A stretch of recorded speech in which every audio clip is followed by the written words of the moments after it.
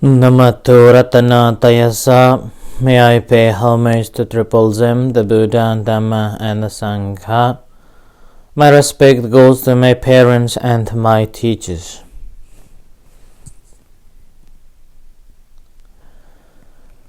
Hello, good evening everyone. So today is Tuesday, the 20th of October 2020. And this is Ajahn Sujan from Varapunya Meditation Center, Aberdeen, Scotland. So as usual, I'm here with you all tonight. Hi Manish, hi Yvonne, Colin, and everyone. Manish, I hope that you are keeping well in London. And Anish from Thailand, Margaret from Aberdeen, Yvonne from Centre, Colin, Aberdeen, and everyone. I hope that you're all keeping well. Good evening, Colin. Good evening, Margaret.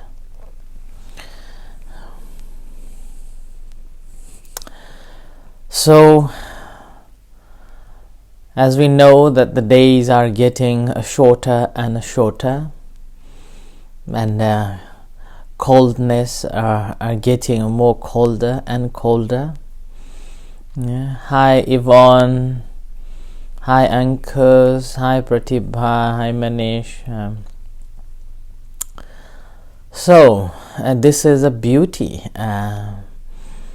that we can experience.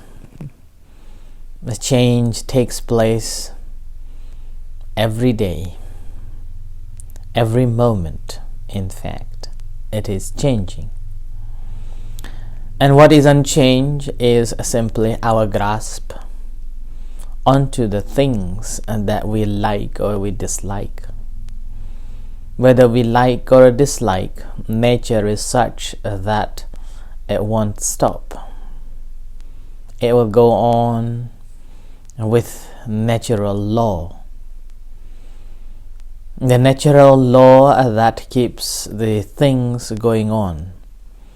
And we are no different to that. We are also bound by this natural law. And we cannot control over it. We cannot control, or we have no control over our physical body, our life. And we do not know how long it will last. So it is a law, the natural law, that is bound by it, even our life. And this is because we are conditioned aroused, conditioned by our own karma, and conditioned by our relationship with our parents, and that's how we got birth. And that's the natural law.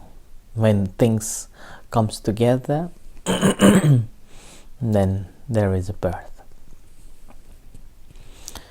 And anything that is conditioned, aroused, that is a nature to cease. And which is again natural law. No one can stop it. No one can change this truth. So that's why it is a natural law that we have to understand and realize, and with that having no attachment on it at all. No attachment on things, no grasping on whether that's a pleasant feelings or pleasant experiences or the unpleasant experiences. All that is just a part and a parcel of our life. One chapter in our book of life. Every day we write a new lesson. Every day we experience new things. And every day we are writing so many stories in this book. And all the good and the bad memories are simply a new lessons that we learn throughout this time. And these lessons are again based on how we connect, how we relate, and how much we engage. Our relationship and our connections and how much we involve with each and every incidences that defines how we will be, whether happiness or unhappiness.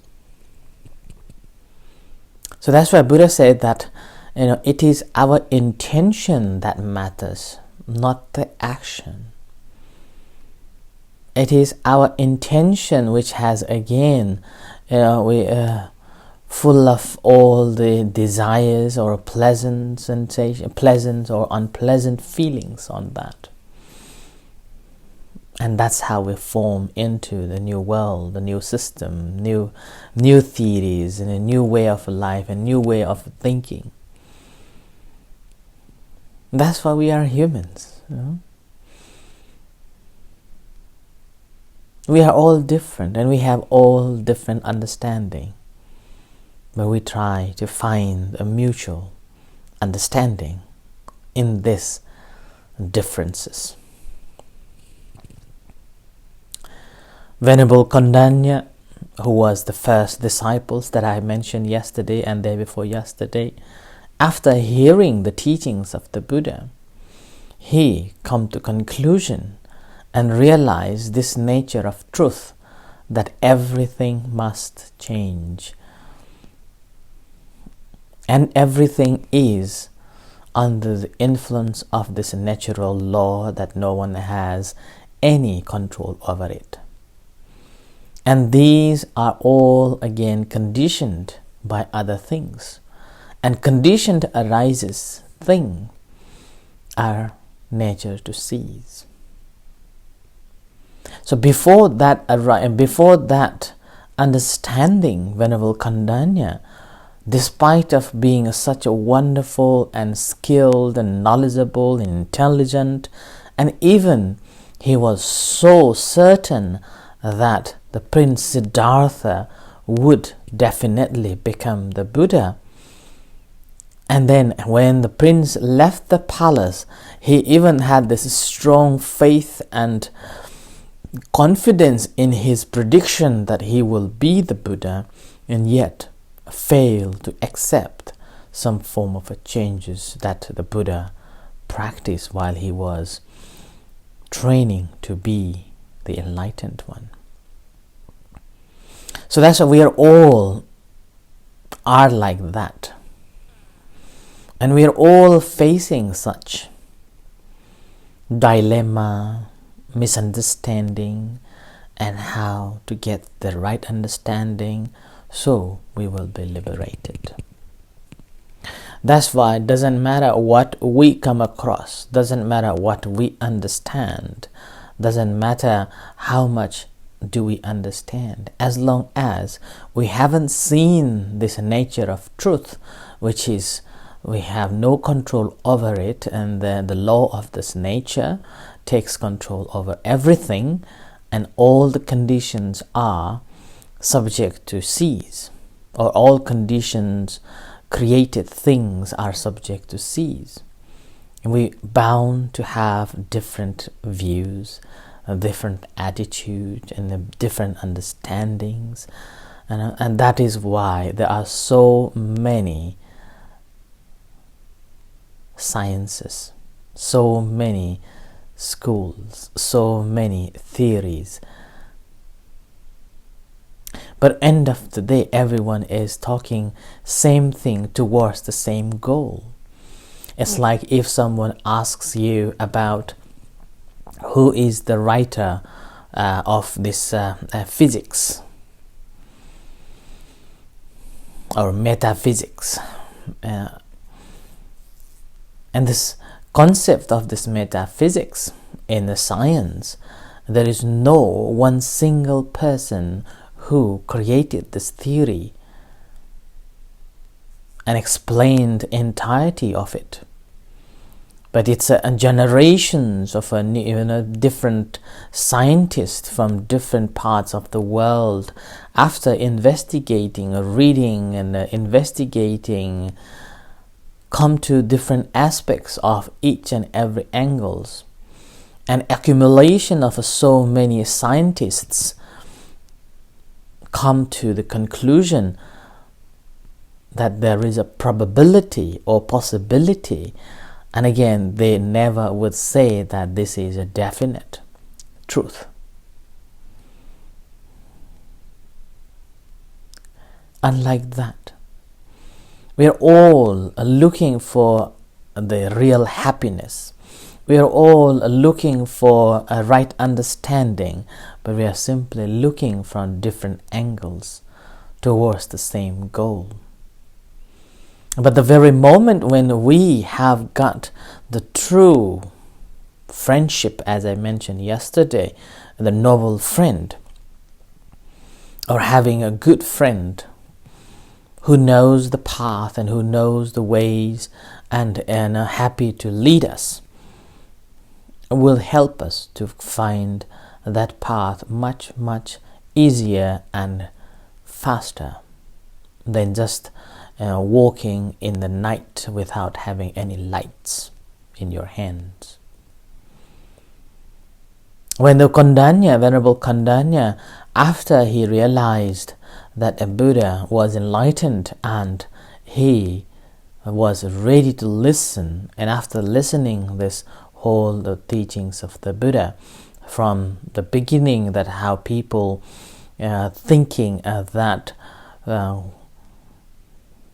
essential pleasure brings happiness, and then self-torture brings happiness. That was a preconcept people used to have.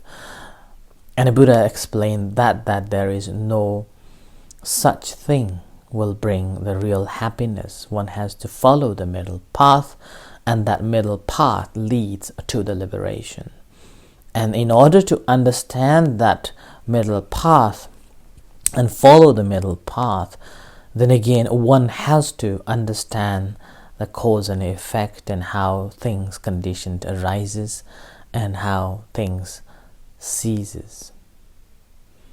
And that's how he became the enlightened, followed by the Buddha. And we are no different at all. All the difference probably would be that the Kondanya had performed or accumulated all the perfections throughout his time, or even the previous times, and fortunate enough to meet with the Buddha and hear the teachings from the Buddha, and he became the enlightened one. Whereas we probably was just walking onto the first step, or walking on the path, just trying to make sense that, or trying to make sure that we are on the right path, and perfecting each step that we are taking on this path, surely that they leading us towards that destination. And throughout this time, we may have to face the rain, the cold, the hot, the boredom, the happiness, and all sort of things that we have to come across. And all the difficulties that we face, we need to take it as a challenge rather than obstruction, and using a different means and different ways, dealing with that and going forward without giving up.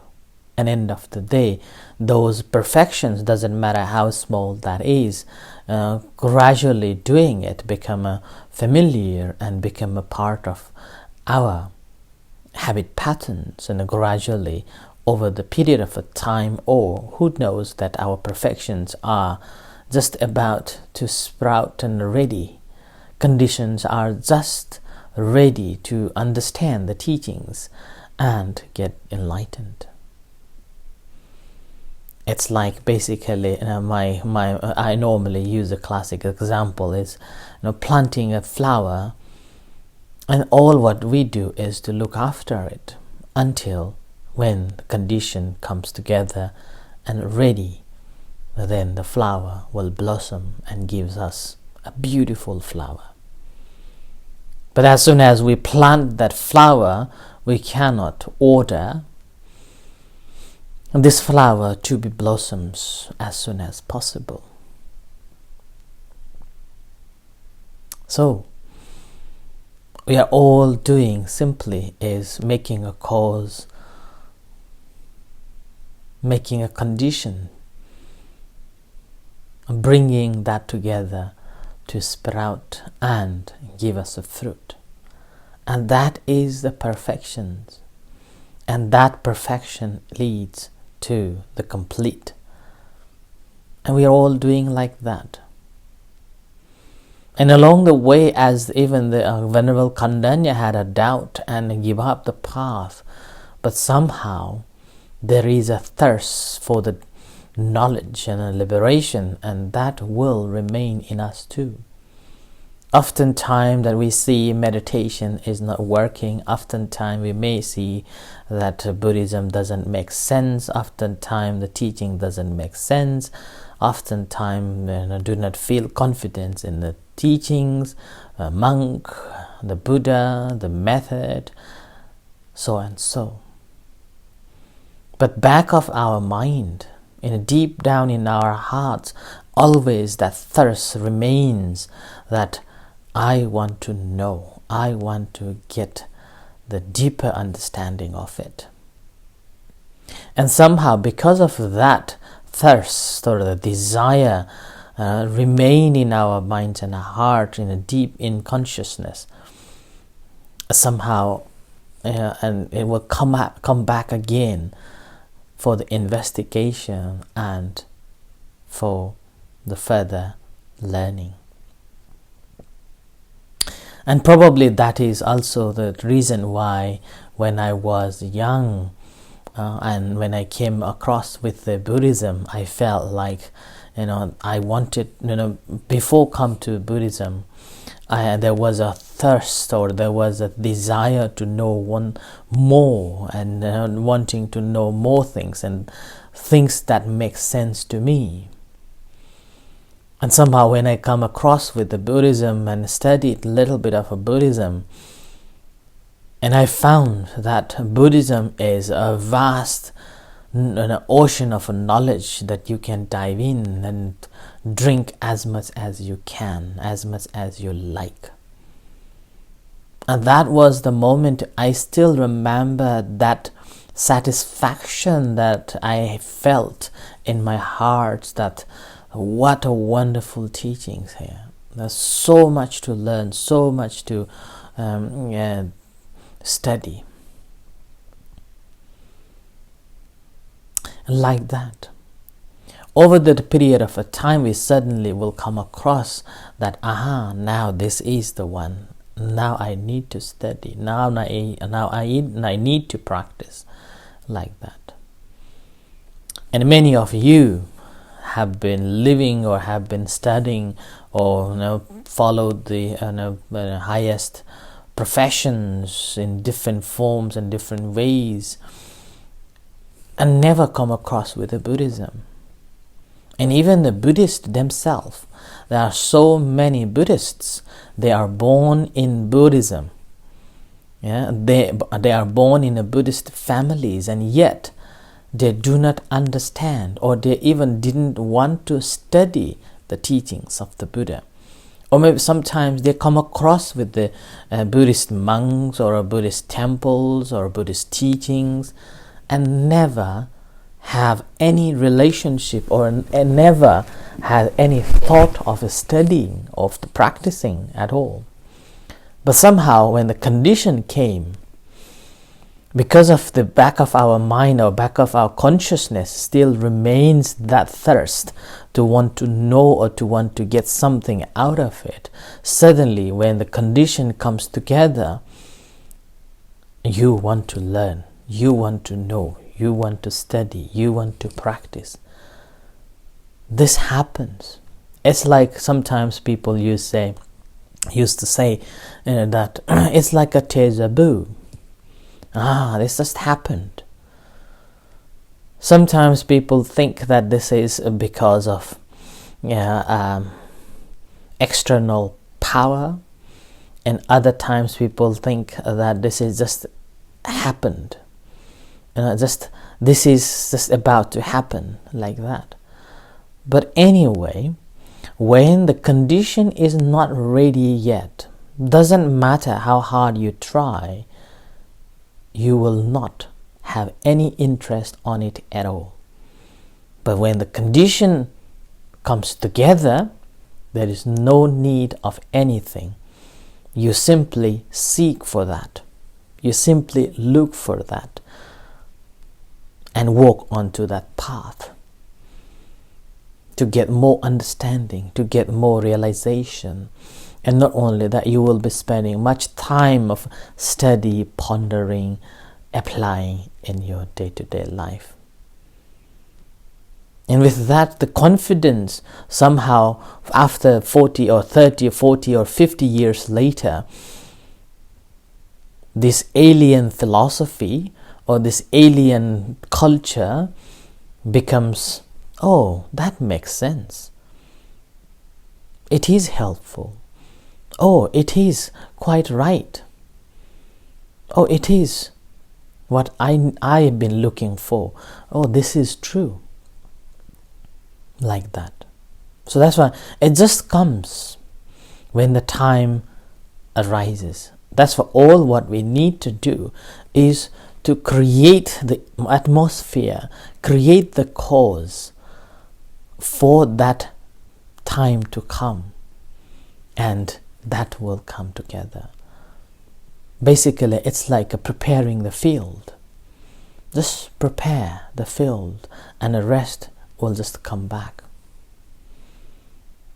We're simply making a cause, so the conditions will just come back and to make a condition, and then we come together.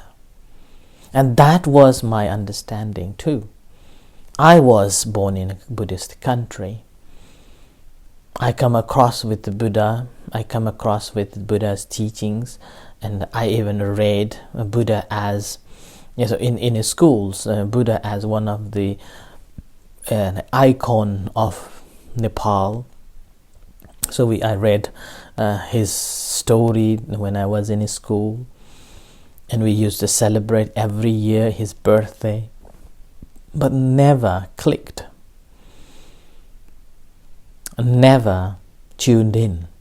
And somehow after 20 years, after 19, when I was 18 or 19, that time, it just clicked.